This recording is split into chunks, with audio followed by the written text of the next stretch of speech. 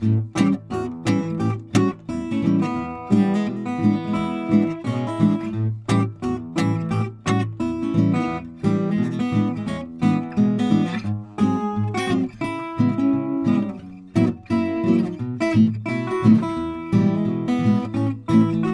à tous, chers amis qui aimez les plantes, le jardin, le jardinage, la botanique, la nature. Vous êtes les bienvenus dans notre petit jardin. Et pour devancer tout de suite la question que je sens pointer, je vous signale que le magnifique rosier qui est derrière moi se nomme Ghislaine de Féligonde. C'est un hybride de multiflora qui a été obtenu en 1916 par le pépiniériste et rosiériste Eugène Turbat. Ceci étant dit, vous vous retrouvez dans notre jardin, ce jardin qui est entretenu avec soin par ma petite jardinière Nicole, et notamment la collection de bonsaï qui est autour de moi et qui lui appartient et qu'elle aime tout particulièrement. Je la remercie aussi de réaliser les images vidéo de cette émission, c'est elle qui assure l'ensemble.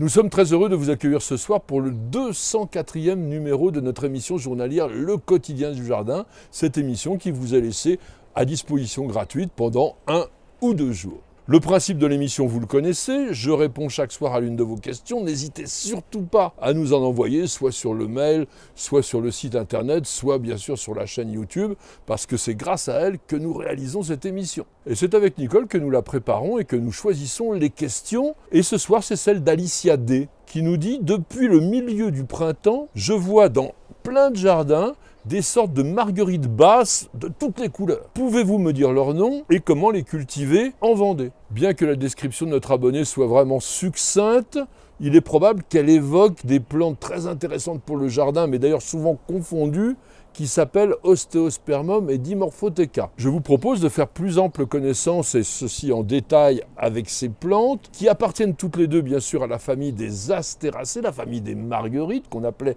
les composés dans le temps. Et commençons par le genre Osteospermum, qui, inévitablement, a été décrit par le fameux naturaliste suédois Carl von Linné, et ceci en 1753. Ce nom d'Osteospermum a pour origine deux mots grecs, ostéon, qui veut dire os, et spermum, qui signifie graine, allusion à la dureté des semences comme des os. Les ostéospermums ont longtemps été classés dans le genre Dimorphotheca, créé en 1794 par le botaniste allemand Konrad Münch, et qui compte aujourd'hui 33 taxons. Eh bien, la différence, c'est que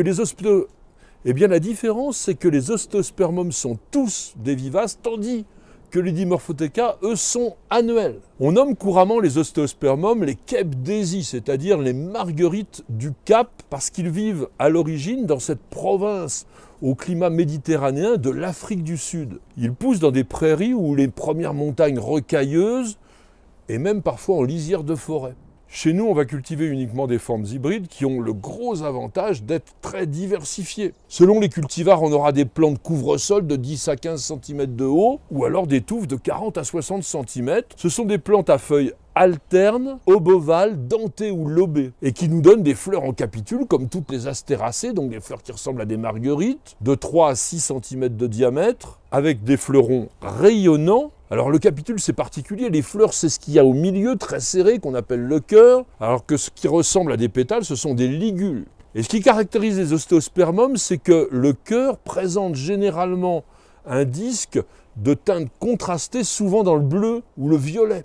Et cette teinte particulière lui vaut parfois le nom poétique de marguerite aux yeux bleus. Les ostéospermums vont fleurir d'avril jusqu'à octobre, en général ils s'arrêtent aux premières gelées. Et il nous offre une riche palette de couleurs. On a du blanc pur, du pourpre foncé, du rose mauve, du violet, du jaune vif, du rose foncé, du rose tendre. Et toujours ce fameux centre plus foncé. Magnifique. Et puis je voudrais attirer votre attention sur une série toute particulière qu'on appelle Whirligig, ce qui veut dire toupie. Leurs ligules sont spatulées. Et ça donne un aspect vraiment très original à la fleur. Il n'y a que des ostéospermums qui ont cet aspect-là. Et dans les Whirligig, on va trouver des couleurs aussi variées, du blanc au violet en passant par le rose. Pour qu'ils s'épanouissent, les ostéospermums doivent être plantés en plein soleil. Il faut aussi un endroit chaud parce que c'est pas extrêmement rustique comme plante. vous allez la réussir en annuel pratiquement que sur la zone littorale. Offrez-lui un sol sableux, léger, poreux, pas trop fertile, c'est pas la peine, et d'un pH plutôt légèrement acide entre 6 et 7. Pendant la végétation et surtout si vous cultivez la plante en pot, n'hésitez surtout pas à la fertiliser, apportez-lui un engrais riche en azote et en potasse, par exemple un engrais tomate ou un engrais fraisier.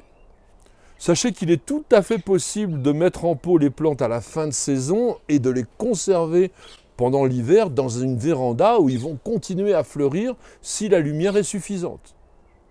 Bien que la plupart des cultivars d'aujourd'hui soient multipliés par bouturage, vous avez la possibilité de semer des graines d'ostéospermum, on en trouve dans le commerce, de préférence en septembre ou en avril.